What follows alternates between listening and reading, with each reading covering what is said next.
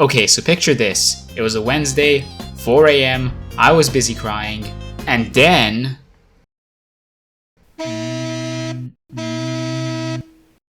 hello? This is Steve Jobs from Nintendo. Uh-huh. Okay, so let me get this straight.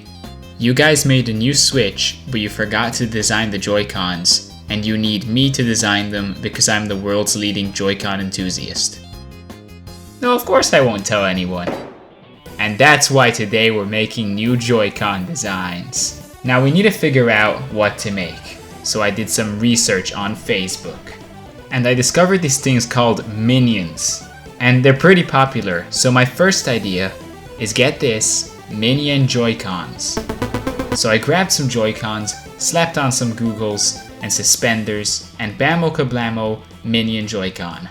And that's when I ran out of ideas. But I couldn't let Steve Jobs from Nintendo down, so I called my friend Beep, the computer scientist, and asked him what he thinks of Joy-Con, and he told me his always drift. Now I'm gonna be honest, I have no idea what he's drifting around his Joy-Cons for, but it gave me a great idea.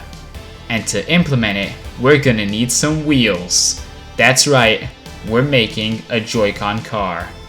So I warped the shape of the Joy-Con, stole some wheels from the local bus, and cut out some windows for it.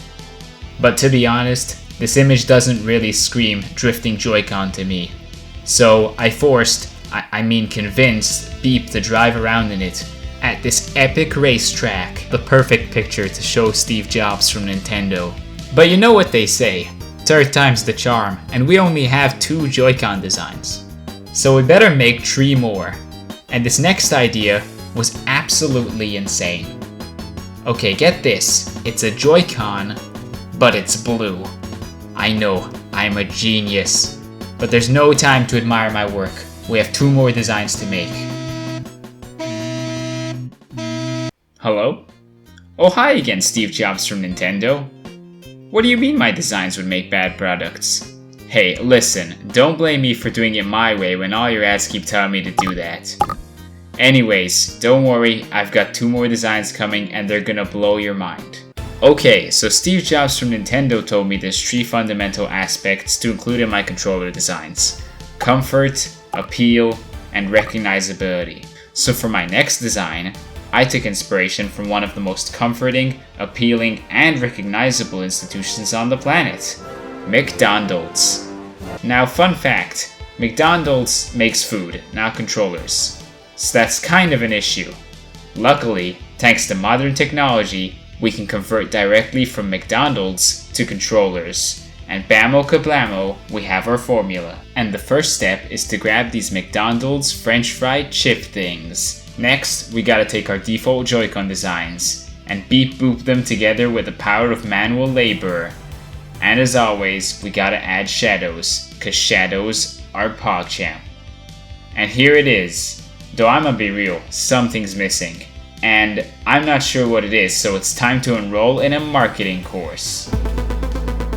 Of course, it was so obvious. It needs branding, a name, something sophisticated, something like this.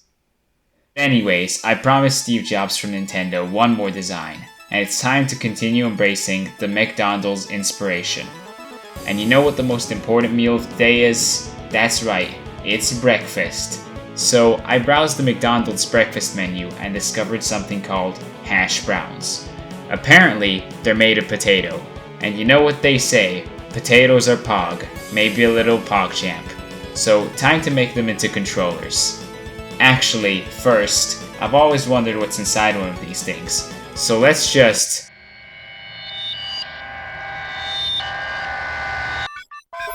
Okay, I'm never doing that again. Anyways, let's replace this thing with Joy-Cons, deep fry the Joy-Cons, and then use the power of editing to clean the buttons and analog sticks. Now, as we learned with the Frycon, branding is very important. So we really need to think about how we brand this. And by really think about it, I mean random name generator go brrr. And apparently, we're naming it the Lyalcon.